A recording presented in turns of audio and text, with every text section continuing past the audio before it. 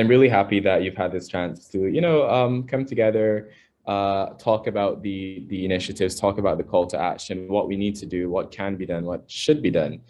And I'm just going to give everyone an opportunity to give feedback on their groups.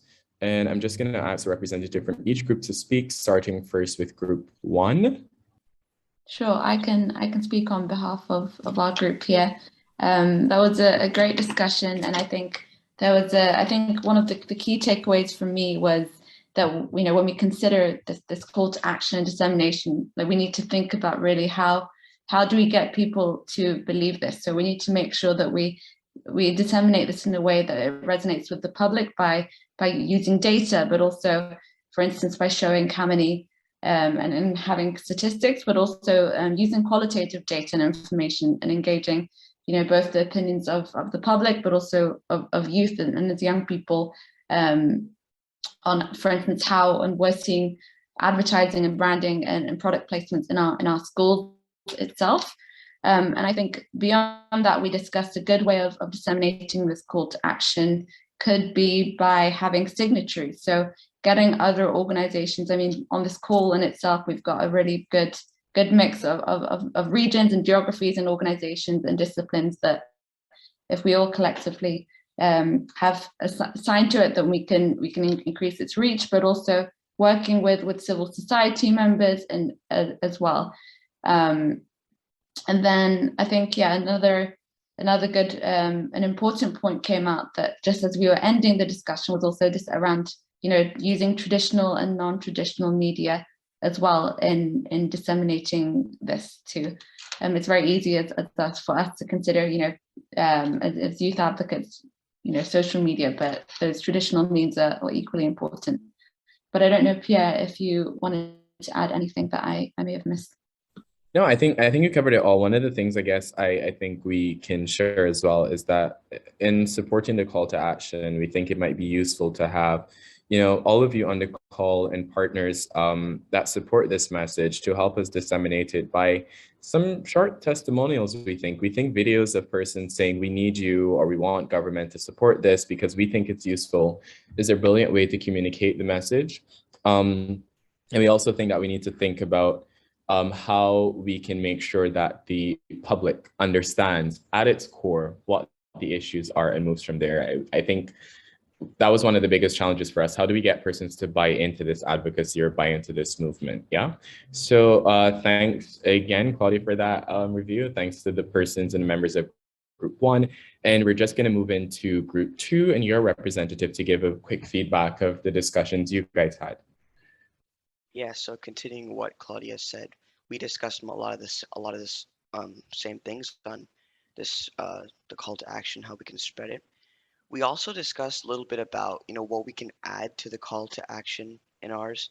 One of our participants suggested adding subsidies for call number 3, where it was like taxing unhealthy foods, and we talked about how that might not be fair for those who who look to unhealthy foods because not because they choose to be unhealthy, but because it's simply the more affordable option.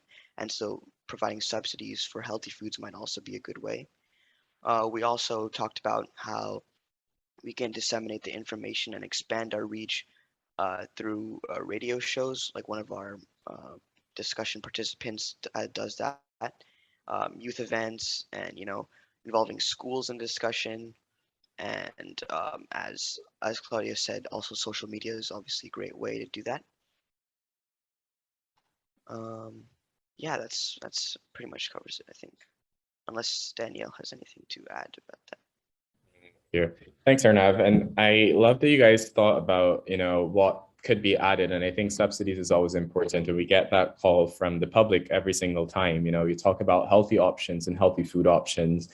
And eating healthy as opposed to eating unhealthy foods, but then it might be expensive or inaccessible. And how can the government support that? Subsidies is a very good way to go about that, by getting governments to show their support to healthy eating and healthy living by literally putting their money where their mouth is. And I'm glad that you guys added that perspective. So we'll move on to Group 3 to share a bit of feedback. Okay, so in terms of the content, I think we agreed that it does resonate throughout geographies, and that specifically in terms of the call to hashtag regulate them, that it needs to be included that enforcement is a huge issue, that the regulations need to have some kind of enforcement mechanism. That it needs to be clear who is to monitor these regulations, and basically who's responsible for all of that, because that's usually a huge gap in terms of the regulations. I hope I captured everything in terms of that. Tina, if you want to jump in at any point, you can. I think we kind of grouped use and dissemination. We said that it can be used in a community context. So school workshops would be a good idea. And that infographics would be a good way to get the message across, especially if we target both young people and their parents. That we can allow regional CSOs to make material around the call to action and like put their little twist on it that would make it more relevant to their own context. That we can leverage the partnerships that we have with the different organizations, with youth agencies, and use the call to action to spark conversations with young people to basically get them interested in what the call to action is all about. We thought that it was really good that the call had hashtags in it that could be used on social media to basically track the conversation that's happening. That news and radio broadcasts, that was also a good idea around how to get it out. Yeah, I think that was it. And basically at the end, about the question that if we should continue the conversation, yes, we should definitely continue having conversations like this. Yeah, I think that was the extent of the discussion. Thank you very much, Sharika. And I really love that you started off by saying that you guys looked at it and decided that, you know what, this is something that is global and expansive and it resonates across our regions. And that was the intention behind the call to action as well, making sure that every person who picks it up or gets a glimpse of it feels as if this is something I can call for my government to do. So we're happy that it's universal and could be universal in its application. Thank you very much to group 3, and we'll now move over to group 4 to give the final roundup and review of what you guys discussed in your session and what thoughts you want to share to the wider group about the call to action.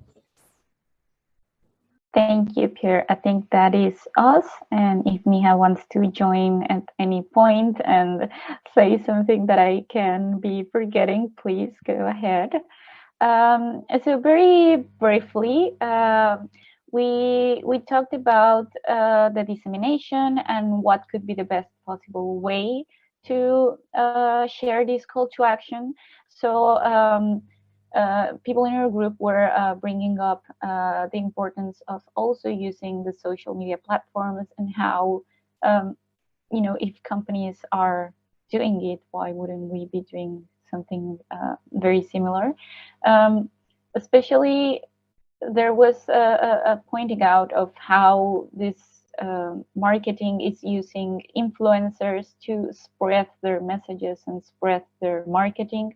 So probably it would be also useful to find influencers or people who are known to be, you know, social leaders or you know, big fighters on Instagram that could be, you know, the voice for these type of messages. So maybe it would be useful to identify young people who are making a difference and using their social media platforms for that. So that came out in the discussion. And I think, I don't know, I am probably missing something else. But yeah, that is a very, very brief summary. There was also a mention that, yes, the content did resonate with different geographies.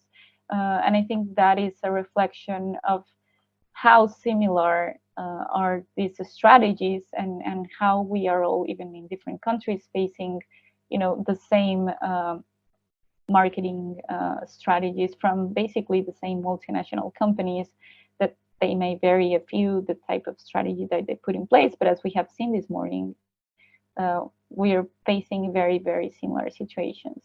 So it did resonate. So I hope I'm not leaving anything adrift, but thank you.